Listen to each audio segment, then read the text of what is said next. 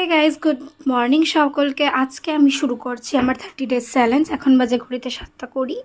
দেন আমি ঘুম থেকে উঠে ফ্রেশ ট্রেশ হয়ে দেন একটু রেডি হয়ে যাচ্ছি, কারণ আমাকে পড়াতে যেতে হবে। সেখানে গিয়ে তারপর আমি আমার ওয়েটটা মেপে নিলাম, তখন ছিল 66.7।